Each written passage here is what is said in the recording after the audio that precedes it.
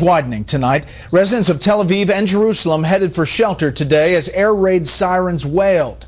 The Jewish state is responding with what could be an extended campaign against Hamas. Correspondent David Lee Miller has the latest from Jerusalem. For the first time since the current conflict began, the city of Jerusalem came under rocket attack by militants in Gaza.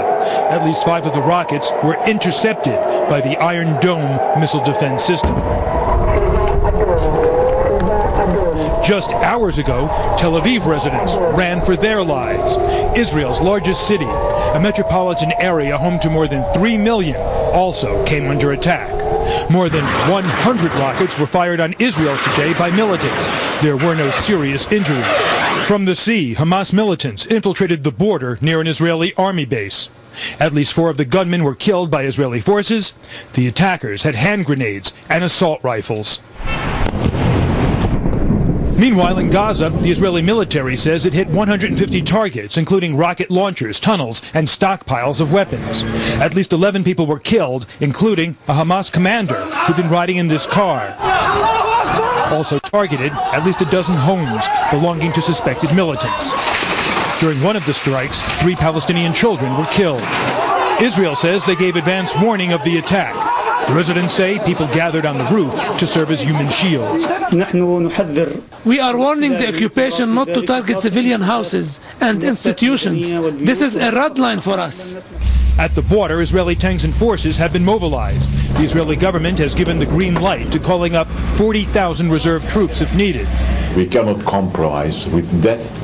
We cannot compromise with rockets. We cannot compromise with this sort of a behavior. And we should stop them. As the conflict escalates, an Israeli newspaper today published a front-page op-ed piece about Israeli-Palestinian relations by President Obama.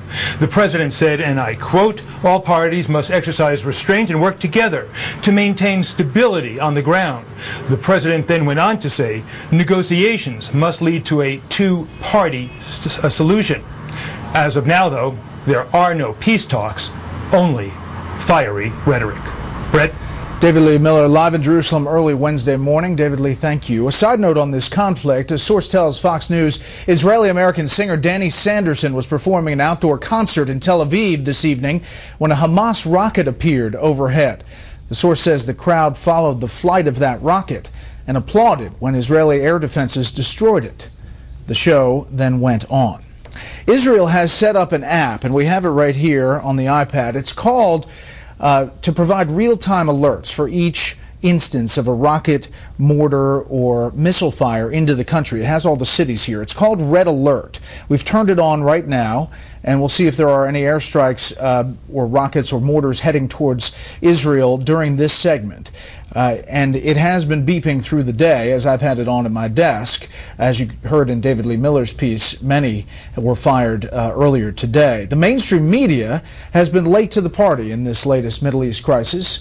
Fox News media analyst and host of Fox's Media Buzz, Howard Kurtz, is here to talk about it.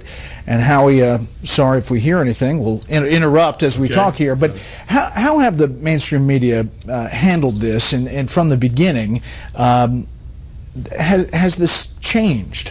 Some news outlets, Brett, were aggressive from the beginning. CBS and the New York Times among them, covering the abduction and then the killing of these Israeli teenagers. NBC Nightly News didn't report the killings until a day after everyone else. But it's really been ramping up since the Times, for example, put the story of the killings on the front page. It's run 2 more front page pieces on the apparent revenge killing of the Palestinian teenager, many other pieces inside the paper. Washington Post, similar pattern. So has this changed the focus of the way these tragedies are being reported? Very much so. Israel so quickly mounted military strikes against Gaza that the spotlight shifted from the horrifying killings of these kids who were coming back from religious school to Benjamin Netanyahu's retaliation. And it's become a more visual story for television. You have the street clashes with Israeli security forces.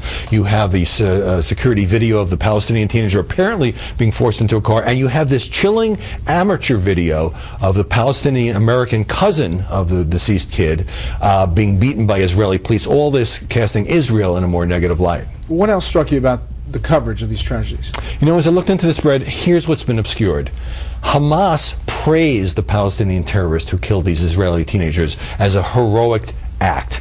The Israeli government condemned the mob that killed the Palestinian teenager and has detained about a half-dozen suspects. But these distinctions now, as this has ramped up, are being obscured in favor of a blood feud narrative that blames both sides. Okay, Howie, thank you. Fortunately, no alerts on our app here about missiles or mortars heading that way.